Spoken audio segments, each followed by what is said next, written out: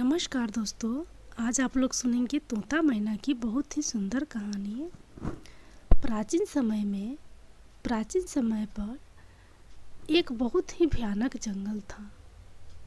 उसी जंगल में बहुत से भयानक जानवर भी रहा करते थे, जो अपना पेट पालने के लिए किसी भी जानवर को मारकर खा जाया करते थे। इसी जंगल के एक पेड़ पर एक तोता और एक मैना रहा करते थे। तोता बहुत ही आलसी किस्म का था, जो दिन भर पेड़ में ही पड़ा रहता था।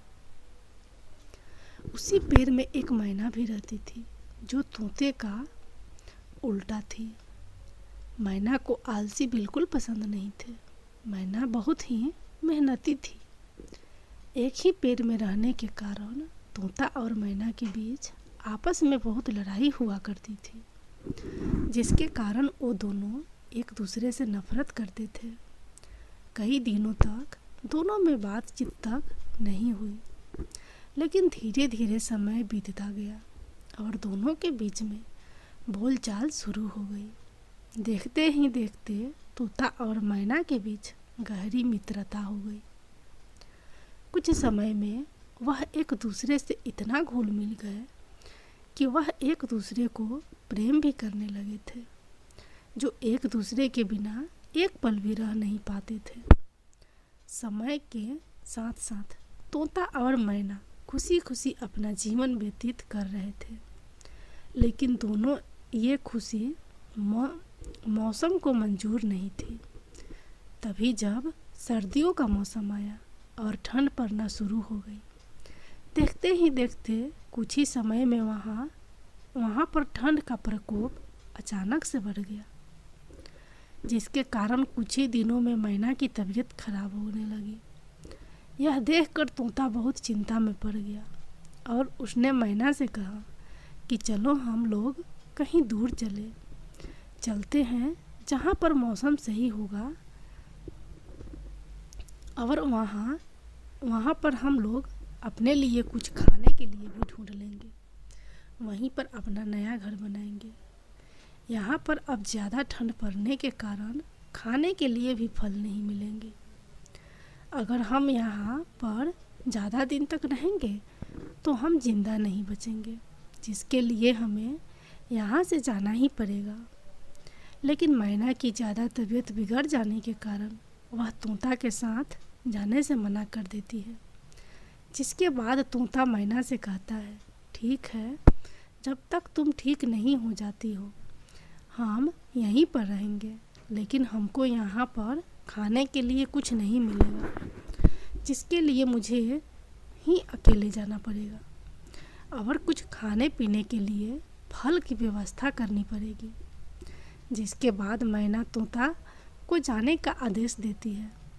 मैना की बात सुनकर तुरंत उड़कर चला जाता है और कुछ दूर जाने पर उसको आसपास कुछ दिखाई नहीं देता है, जिसके बाद वह थोड़ा और आगे चला जाता है, लेकिन फिर भी तोते को कुछ नज़र नहीं आता है। जिसके बाद में इधर उधर भटकते हुए काफ़ी दूर निकल जाता है। इधर उधर भटकने के बाद वह एक गांव में पहुंचता है, जहां पहुंचकर वह देखता है कि यहाँ के लोगों ने बहुत सारी फलों की फसल लगा रखी है, जिसमें बहुत सारे फल उगे हुए हैं। जिसके बाद तुरंत तोता फलों के पेड़ों पर चढ़कर बैठ जाता है और फल को तोड़कर खाने लगता है। फलों को खाने में वह इतना खो जाता है कि वह भूल जाता है कि उसको मैना के लिए भी कुछ खाने के लिए ले जाना है। वह फलों को खाकर अपना इतना पेट भर लेता है कि वह कहीं भी चलने फिरने के लायक नहीं बचता है। जिसके बाद तोता वहीं पर आराम करने लगता है। जैसे ही तोता आराम करने के लिए लेटता है तो वहीं पर वह गहरी नींद में सो जाता है। जब तोता गहरी नींद से जागता है तो देखता है कि चारों तरफ बहुत ही अंधेरा हो चुका है, जिसके कारण वह अंधेरे में उड़ नहीं सकता और फिर वह अपनी इस गलती के लिए अपने आप को कोसने लगता है। कहता है कि सब मेरी वजह से हुआ है, मेरी ही गलती है, मुझे इतना नहीं खाना चाहिए था। अब मैं अपनी मैना के पास कैसे जाऊंगा? वह बेचारी की तरह परेशान हो रही होगी और उसकी तो तबीयत भी बहुत ज़्यादा ख़राब है। अब मैं क्या करूं? किस प्रकार से मैं उसके पास जाऊं? जिसके बाद तोता सुबह होने का इंतज़ार करने लगता है और कहता है, जैसे ही सुबह होगी तो मैं फल लेकर तुरंत मैना के पास चला जाऊंगा। वह रात ख़त्म होने का इंतज़ार करने लगता है। धीरे धीरे जब सुबह की पहली किरण तोते पर पड़ती है तो वह फल लेकर तुरंत मैना के पास जाने के लिए उड़ जाता है। फल लेने के लिए काफ़ी दूर आ जाने के कारण उसको मैना के पास पहुंचने में बहुत समय लग रहा था। 2-3 दिन लगातार उड़ने के पश्चात वह मैना के पास पहुंच जाता है और तुरंत मैना को खाने के लिए फल देता है, जिसको खाकर मैना में थोड़ी सी जान आती है। लेकिन बहुत ज़्यादा तबीयत खराब हो जाने के कारण मैना को बहुत ज़्यादा कमजोरी आ जाती है, जिसके कारण वह उड़ नहीं पा रही थी। तभी यह देखकर तोता मैना से कहता है कि जब तक तुम पूरी तरीके से ठीक नहीं हो जाओगी, मैं रोज़ जाऊंगा और खाने के लिए फल लेकर आऊँगा। इसके बाद तोता रोज़ उस गांव की ओर उड़ कर जाता और वहाँ से फल लेकर वापस उड़कर मैना को लाकर देने लगा। धीरे धीरे ऐसा करते हुए तोते को काफ़ी समय हो गया।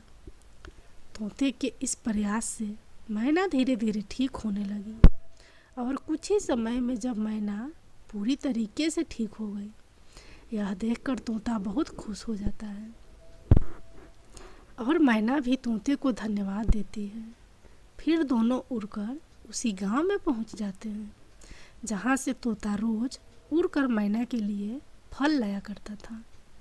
जब मैना यह देखती है कि तोता रोजाना कितनी दूर आया करता था, वह तोते से बहुत प्रसन्न हो जाती है और जिसके बाद वह तोता और मैना दोनों उसी गांव में खुशी खुशी अपना जीवन व्यतीत करना शुरू कर देते हैं।